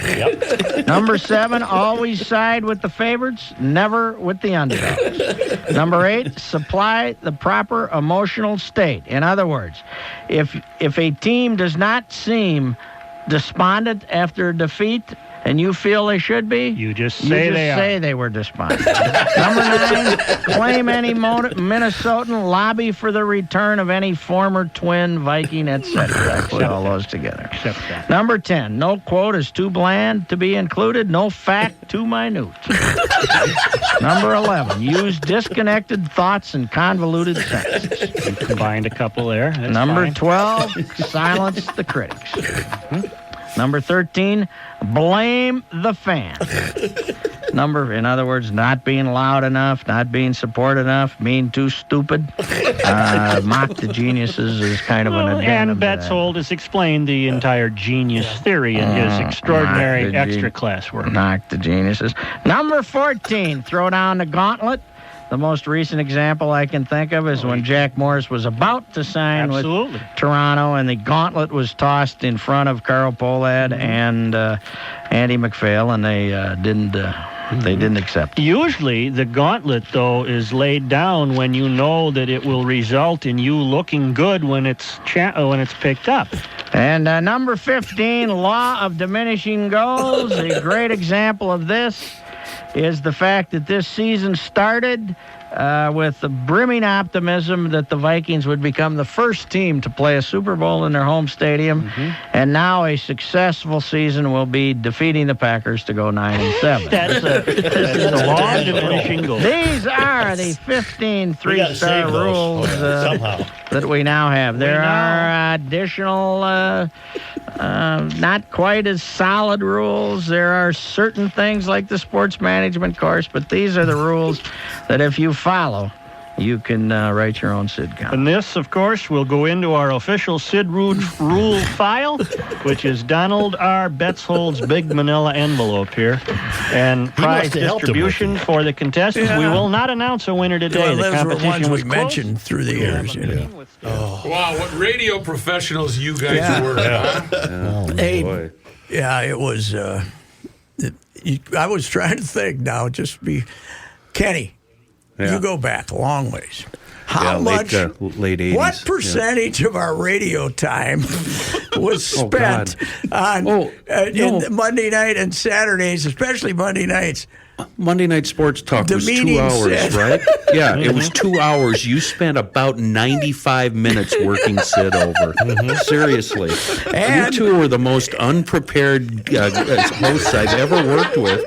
And it didn't matter because you had all the callers, then you had all the callers that had the secret number, and all you guys did was work on Sid. You just worked him over every night. It was so fun, though. It was so easy. I know. It was wonderful.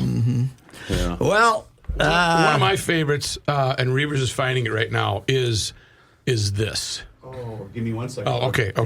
This is one of those callers that would have had fun with Sid. Is this the go to? Take our break. And no. Start this man right now. Okay.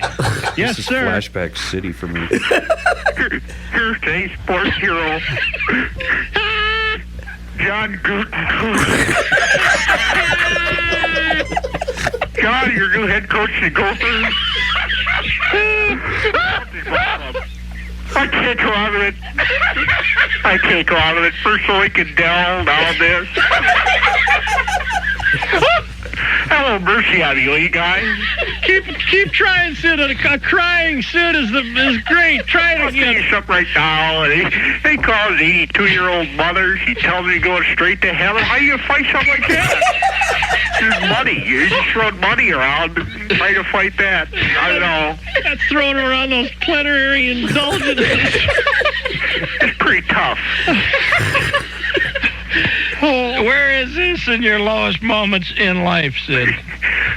It's right down there at the snake's belly. Yeah, I feel pretty low. I know. I called Lou up on a telephone. You know what he says to me? You know what he says? What? He says, "It was good for me, Sid. Was it good for you?" South Bend, Indiana, South Bend, Indiana, South Bend, Indiana is the town that knew me when. How you doing, boys? I'm just pockets full of hair, feeling like a millionaire. I'm happy as the day is long. Oh, Lou, I knew you'd check in with us one more time before you left. Well, if I could become some sort of split personality, being an imposter, I might be able to stick around. That's true. The thing I wanted to know, Lou, is you kept up that front right till the end. You don't come from my school of hard knocks and not learn how to play your hand to the end, Suchi. Unless I never said I'd marry you.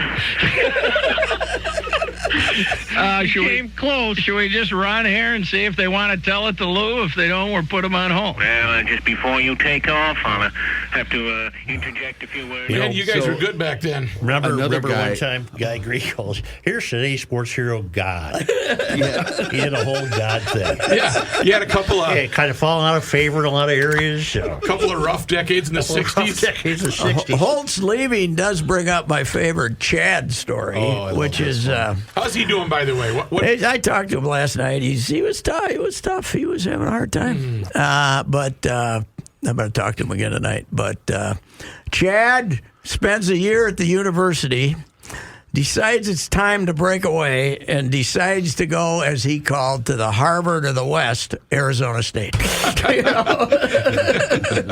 And he goes to Arizona State, and he gets on the radio down there, and he does their games, and he's making his life. But Sid takes him to the airport in August, which is, risking his life riding out there with Sid, more dangerous than the flight. And Sid is like weeping at the gate because you could still go to the gate because they've never really, been separated. And now he's going to go off. And this is 85, and he's going to go off and go to Arizona State, and he won't see him again until Thanksgiving. And Sid's all upset. So now he comes back on Wednesday night of Thanksgiving. And Sid's waiting at the gate, and Chad's getting ready for the big hug, how much I love to see you. And Sid looks like his mother died. Sid is sitting there at the gate, and his chin's down on his chest, and he's like, "Hi, Chad." And Chad says, "Dad, what's wrong?" And he says, "Holtz is going to Notre Dame." Talk about taking your work home with you. And I got that from Chad. That's wonderful. I worked with Chad for a year, and it really surprised me because Chad would call Sid. Yeah. Not once in the year that I worked with him did I hear him refer to Sid as Dad. And he told stories about Sid the way the rest of you guys did. It was so fun listening to the stories come right from Chad. Did you see Doogie's story? Yes, that was a good one. It was so when he was working at the Fan. This was a little bit after I was working at the Fan. He and Justin Gard, who was Dan Barrero's producer, wanted to go watch Notre Dame play USC. The big where USC scored the touchdown at the end of the game. Yeah. And so Doogie had I was at that game, by the way, for the paper. So Doogie had asked Sid if he had a connection to get tickets. Guess who left him 2 tickets? Pete Carroll. Really? Left tickets for Doogie and Justin Gard. Well, I never used him except for Chris and I were going to New York to watch the Twins for 4 games. And I said, "Hey, can you get George to get me some decent seats?" Because the Yankees were packing them in. Little tiny Mike Blomberg was sitting in front of us. Wow. We had his family, Bloomberg, excuse me, and then us. We were behind them, and the price was right. Did you get the tickets for my kids at Yankee Stadium, or was it Sid? Yeah, we went through Sid. Yeah, they were sitting with Rudy Giuliani. Yeah, right. Wow. At Yankee Stadium. Yeah. Wow. What the hell did I miss? What's going on? I missed out here. Too late now, baby. Yeah, you're right. They're both dead, George and him. Yeah. Oh, man, the sports show. I suppose I could tell stories about that for 6 weeks, too. It was unbelievable. huh? You know, the greatest ever. Stark, hey, Maxie, I got to give a plug to Starkey Hearing. They giving me this new thing that's great. So he comes on. He says, Starkey Hearing, those people are fantastic. They're the greatest. They're really helping me out. And he finishes, and Maxie says something. He says, huh?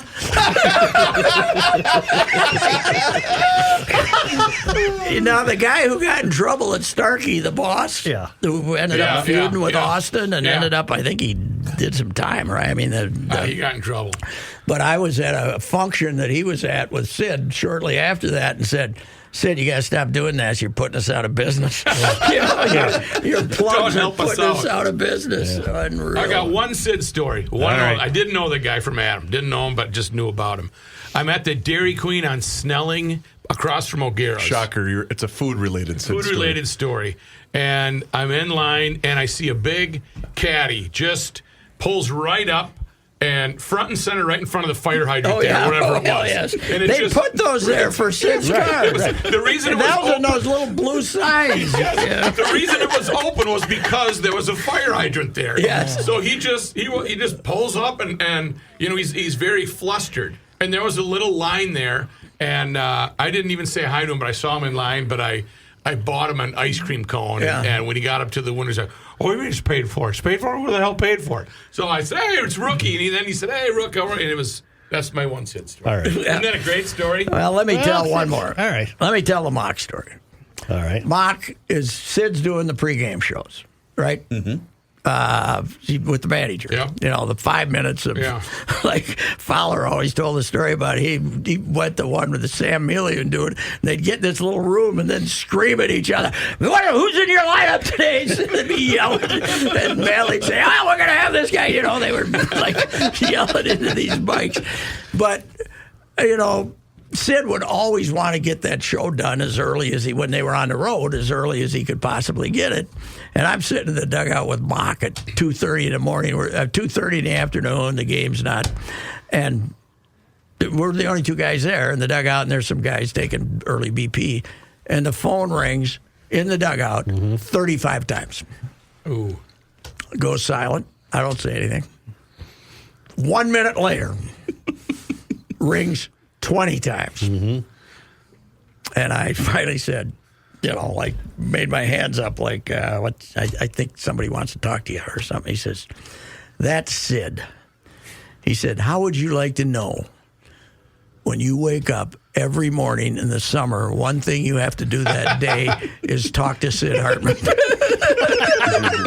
I said, "Yes, but you have to do it eventually. You might as well get it out of the way." He says, "No, I want to let him get a little more anxious." Oh, God. Yeah. Reusse, the only time I had close interaction with him was in your basement when you invited me and Yates and Doug Groh and Sid over for a Tyson fight. Oh, really? And this was about 2 weeks after Doug Groh had written a scathing article about what an evil human being I was because I said something pretty vile on Barbara Was he Carlson's show. writing news side columns then, or what? Must have been. He was a columnist. He was a columnist. Wasn't writing sports anymore. And I had said something very funny, but extremely offensive. Yeah, on Barbara's I don't show. think we're bound by the FCC. Go ahead and say it right now. We were sitting down there with Yatesy and I and you with Doug Groh squirming and being very uncomfortable. And Sid walks in, and you can hear the minute he walks in your house upstairs because it's just nonstop commotion and cluttering and clanging. And he comes downstairs and immediately starts working everybody over in the room. I mean, you're a jackass, you're a genius, and he had his nicknames for everybody.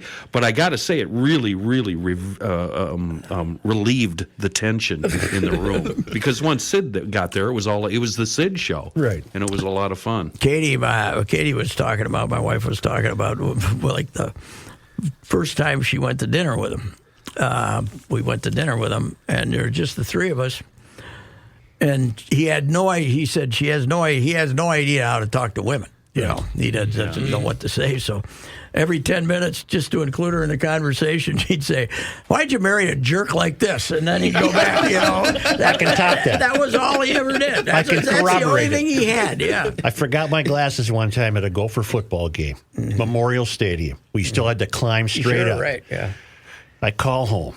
The CP grabs the infant and my glasses, talks her way past security. She could do that better than Sid. Climbs up to the press box, summons me.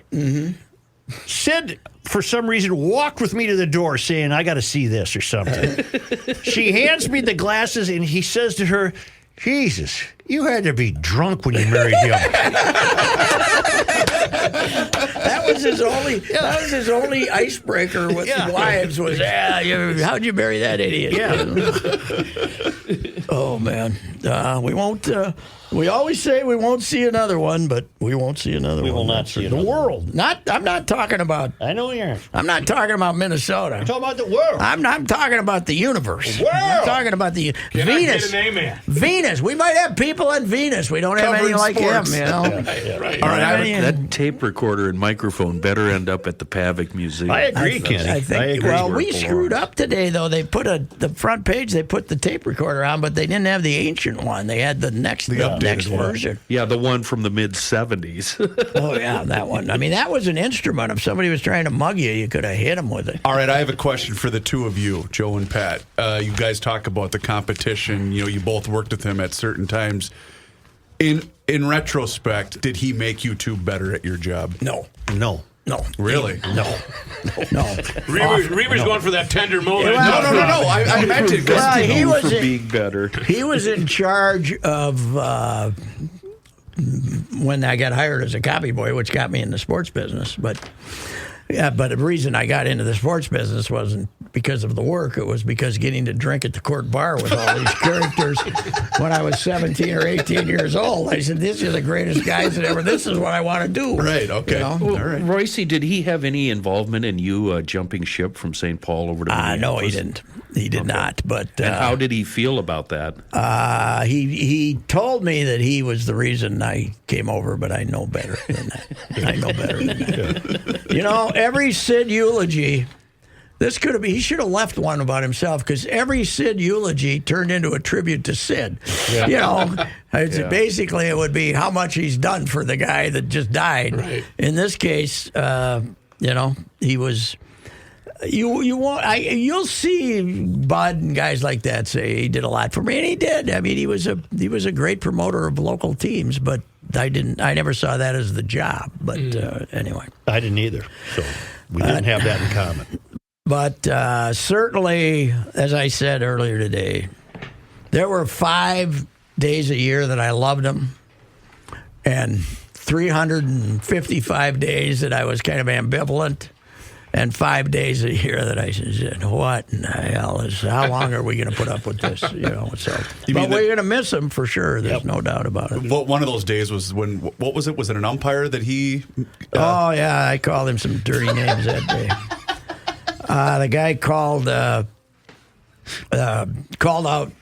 Was it Herbie? Who did he call out? I can't remember. Somebody slid in the second baseman, took him out illegally, ended the Twins game. They lost the game, and we're all waiting downstairs to go talk to the umpire because it decided a game. Right. And I think the Twins were pretty good then. I don't know, but I can't remember. It was Jim Joyce, I think. But Sid starts MFing him when he walks up, when he, you know. After 0.5 seconds. The only reason Sid's in the group is because everybody else went down there.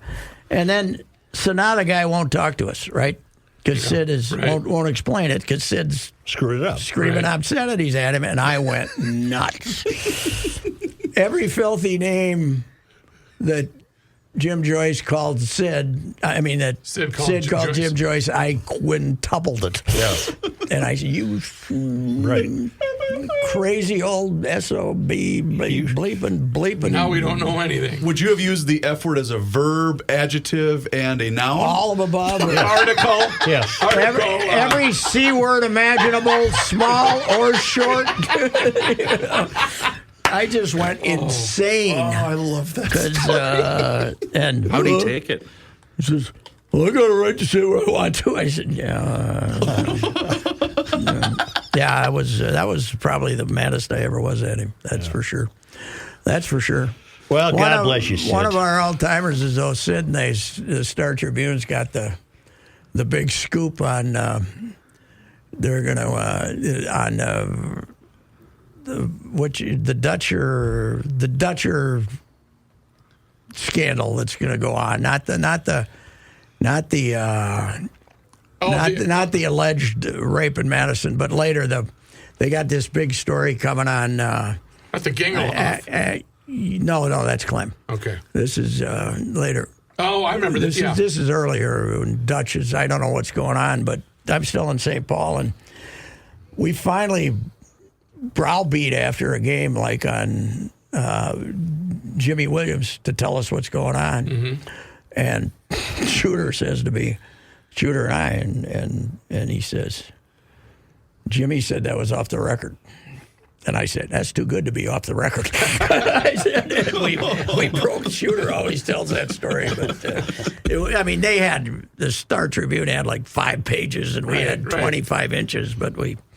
The author, John Sanford, just texted, red meat, cigars, alcohol. How in the hell did the guy live to be 100? Well, he never smoked a cigar in his life, and he didn't drink much. No, and he would eat, but he wasn't he was, he liked deli food. Yeah. He liked deli food. Lincoln Dell. Well, didn't you always say he had the good boiler? Oh, he had a good boiler. Yeah. Unbelievable boiler. If you can drink a whole bowl of salad, you Island, got a hell of a boiler. But he loved big Italian, he loved spicy Italian. He was, when we did the TV show, there was a little Italian place up the street, and every once in a while we'd go there. And this is, he's 80 now, probably 80s. And he'd always make sure you give me that spicy sausage. Yeah. Most of he had the iron stomach. There's no doubt about it. And I told you, one of the last times I went to the Crosstown Deli 3 years ago, and this was after the broken hip, and the Kevin in there that became Sid's Deli after the Lincoln Dell closed, and Kevin says, Sid's back there. You should go back there and see him. So Sid's there with Lacey, one of the gals, blonde, and Sid's got one of the gals who took care of him. Yeah. A plate of cabbage rolls in front of him, which come 2 to an order, but one's already gone. I can see, and he's halfway through the second one, and. Later on, Kevin told me he always got an order and a half, but he never had a weight problem. But he loved it. But he looks up at me and says, "I'm taking that one home." I don't know if he thought I was going to ask him for it or what the hell. He says, "I'm taking that one home." No hello, no goodbye. He had the nerve center of a hummingbird. Oh God, he couldn't have gained weight. He didn't have time. No, that's true. Yeah, and he certainly is an example that everyone who says type A's die young is because he was triple A. He was quadruple A. Yeah, he was. But we're going to miss telling stories about him because after a while we'll just go on to other things, right? Oh, I don't think so. Okay. I think you guys will always have a reason to tell Sid stories. You can stop sending me emails of sympathy, though, folks. Patrick. I mean, it's not It wasn't your dad. I'm going to miss him, but I'm going to miss my brother, Dr. John Najarian, Bob Gibson. I'm going to miss guys like that probably. Just as much. Just as much. Yeah. Just as much. I don't want to say more so, but just as much. Right. I feel sorry for his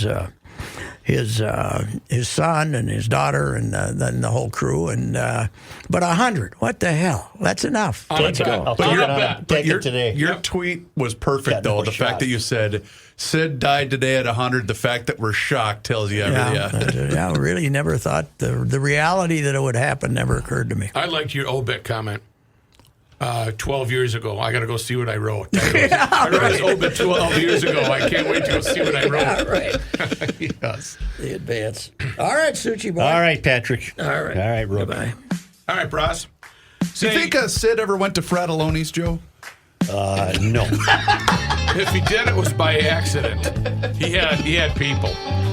But if you want to go to Fratelloni's for your shovel, for your sand, for your ice melt, They got a full. I was just in there the other day. Nice. They're ready for winter. They're ready.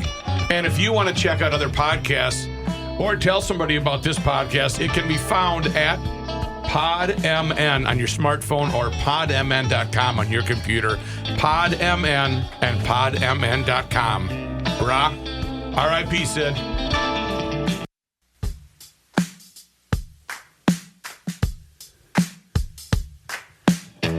Oh, man. I really do hope that you enjoyed this best of Garage Logic. It's Reavers here back in the GL Podcast Studios. Man alive, I hadn't listened to that episode, and this is the only time I actually listened to it in real time, so I hope you enjoyed it just as much as I did. Hard to believe that the great man left this earth 4 years ago today, and my sincere thanks to North American Banking Company for each and every single day sponsoring the John Haidt newscast, and I hope you don't mind, Mr. Bilski, that your mention was just a little bit later in the show today, but please go online, nabankco.com, to learn more. It's banking done differently. Reavers signing off for the week. We will be back again on Monday with the entire crew here in the Garage Logic Podcast Studios. Have a great weekend, everybody, and I hope you enjoyed.